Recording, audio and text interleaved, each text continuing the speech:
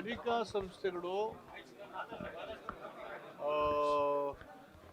ಅವ್ರಿಗಿರೋ ಮಾಹಿತಿಗಳು ಅಥವಾ ದೂರಿನ ಆಧಾರದ ಮೇಲೆ ಶಾಸನಾತ್ಮಕವಾಗಿ ಸಂವಿಧಾನಬದ್ಧವಾಗಿ ತನಿಖೆ ಮಾಡೋದಕ್ಕೆ ಅವ್ರಿಗೆ ಮುಕ್ತವಾದಂಥ ಅವಕಾಶ ಇದೆ. ಅದನ್ನು ಯಾರನ್ನೂ ಪ್ರಶ್ನೆ ಮಾಡೋಕ್ಕಾಗಲ್ಲ. ಆದರೆ ಯಾವುದೇ ಒಂದು ತನಿಖೆ ರಾಜಕೀಯ ಪ್ರೇರಿತ ಮತ್ತು ರಾಜಕೀಯ ಆಧಾರಿತವಾಗಿ ನಡೆದರೆ ಅದು ಇಡೀ ಪ್ರಜಾಪ್ರಭುತ್ವದ ಕಾರ್ಯವೈಖರಿ ಮೇಲೆ ಸಂವಿಧಾನದ ಮೇಲೆ ಸವಾರಿ ಮಾಡಿದಂಗೆ. ಅದು ರಾಜಕೀಯ ದುರುದ್ದೇಶಗಳಿಂದ ತನಿಖೆಗಳಾದರೆ ಅದನ್ನು ಖಂಡಿಸಬೇಕಾಗುತ್ತೆ.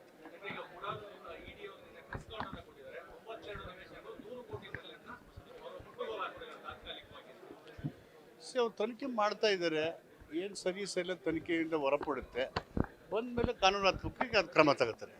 We don't come in the way.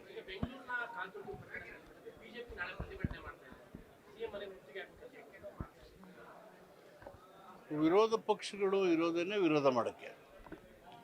ಆದರೆ ಬೆಂಗಳೂರಿನ ಘಟನೆ ತುಳಿತಕ್ಕೆ 11 ಜನ ಅಮಾಯಕರು ಸಾವನ್ನದ್ದು ಅತ್ಯಂತ ಹೃದಯ ವಿದ್ರಾವಕವಾದಂಥ ಘಟನೆ.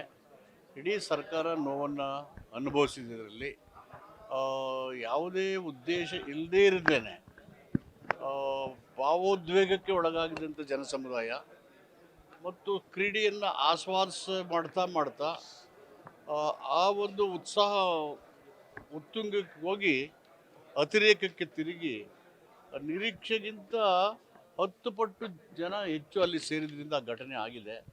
ಅದು ನಿಜವಾಗ್ಲೂ ದುಃಖ ಸಂಗತಿ. ಇದರಲ್ಲಿ ಯಾರೂ ರಾಜಕೀಯ ಮಾಡ್ದೇನೆ ಈ ಘಟನೆ ಆಗಲಿಕ್ಕೆ ಯಾರ್ಯಾರ ಕಾರಣ, ಎಲ್ಲೆಲ್ಲಿ ಲೋಪ ಆಯಿತು ಅಂತ ಹೇಳೋದಕ್ಕೆ ಒನ್ ಮ್ಯಾನ್ ಜುಡಿಷಿಯಲ್ ಕಮಿಷನ್ನ ನೇಮಕ ಮಾಡಿದೆ. ಸೊ ಇಡೀ ಸರ್ಕಾರ ಏನು ಈ ಘಟನೆ ಆಯಿತು ಅದಕ್ಕೆ ಬಗ್ಗೆ ತುಂಬ ನೋವನ್ನು ಆಘಾತವನ್ನು ಎಕ್ಸ್ಪ್ರೆಸ್ ಮಾಡಿದ್ದೀವಿ. ತನಿಖೆ ವರದಿ ಬಂದ ಮೇಲೆ ಅಲ್ಲಿ ಏನು ಕಾರಣಗಳು ಅದನ್ನು ಹೊರಬಂದಾಗ ವಿಲ್ ಟೇಕ್ ಆ್ಯಕ್ಷನ್.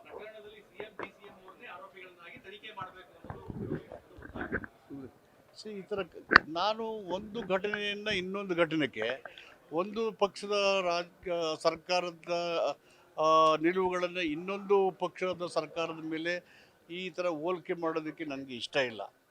ಈ ಥರ ಘಟನೆಗಳು ಆದಾಗೆಲ್ಲ ಯಾರ್ಯಾರು ರಾಜೀನಾಮೆ ಕೊಟ್ಟಿದ್ದಾರೆ, ಯಾರ್ಯಾರು ಇದು ಮಾಡಿದ್ದಾರೆ, ನೈತಿಕತೆ ಅನ್ನೋದು ತುಂಬ ಮಹತ್ತರವಾದಂಥ ವಿಷಯ. ಅದಕ್ಕೆ CM ಚೇರ್ ಪ್ರಶ್ನೆ ಇಲ್ಲಿ ಬರೋದೇ ಇಲ್ಲ. ಈ ಹೋಲ್ ಗೌರ್ಮೆಂಟ್ ಈಸ್ ಫೆಲ್ಟ್ ಒಂಥರ ದುಃಖ ಹೇಳೋದಕ್ಕೆ.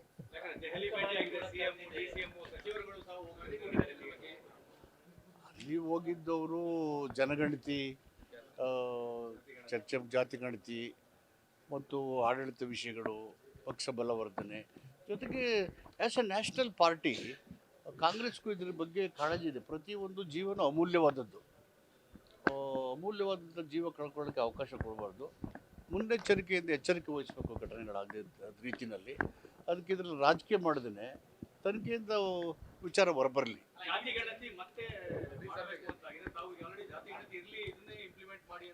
ನಾಳೆ ಕ್ಯಾಬಿನೆಟ್ ಇದೆ, ಕ್ಯಾಬಿನೆಟಲ್ಲಿ will take a decision.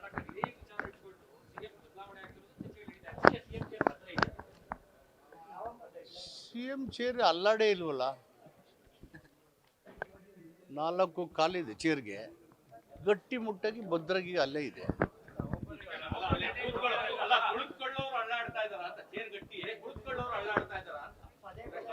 Chair ಎಷ್ಟು ಗಟ್ಟಿ ಇದೆಯೋ ಅದ್ರ ಮೇಲೆ ಕೂತಿರೋರು ಅಷ್ಟೇ ಗಟ್ಟಿಯಾಗಿದ್ದಾರೆ.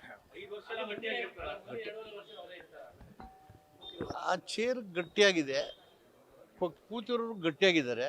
ಚೇರು ಅಲ್ಲೇ ಇರ್ತದೆ, ಕೂತಿರೋರು ಹಂಗೆ ಕಂಟಿನ್ಯೂ ಆಗ್ತದೆ. ನನಗೆ ಗೊತ್ತಿರೋ ವಿಷಯ ಗೊತ್ತಿಲ್ಲ.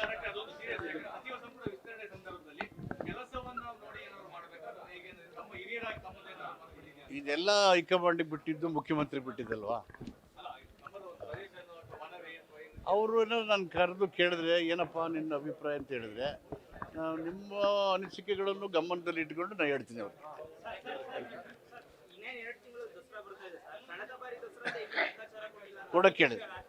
ಕೊಡಕ್ಕೆ ಹೇಳಿದ್ದೀನಿ, ಈಗಲೇ ಹೇಳಿದೆ. ಕೊಡಿ, ಏನೇನಾಗಿದೆ ಕೊಟ್ಬಿಡಿ ಅಂತ ಹೇಳಿ. ಅದೇನು ಮುಚ್ಚಿಡೋದೇನಿದೆ? There is nothing. ಟ್ರಾನ್ಸ್ಪರೆಂಟಾಗಿ ಮಾಡಿದ್ದೀವಿ. ಈಗಲೇ ಬರ್ತಾ ಹೇಳಿದೆ ಕೊಟ್ಬಿಡಿ ಅಂತ ಹೇಳಿ.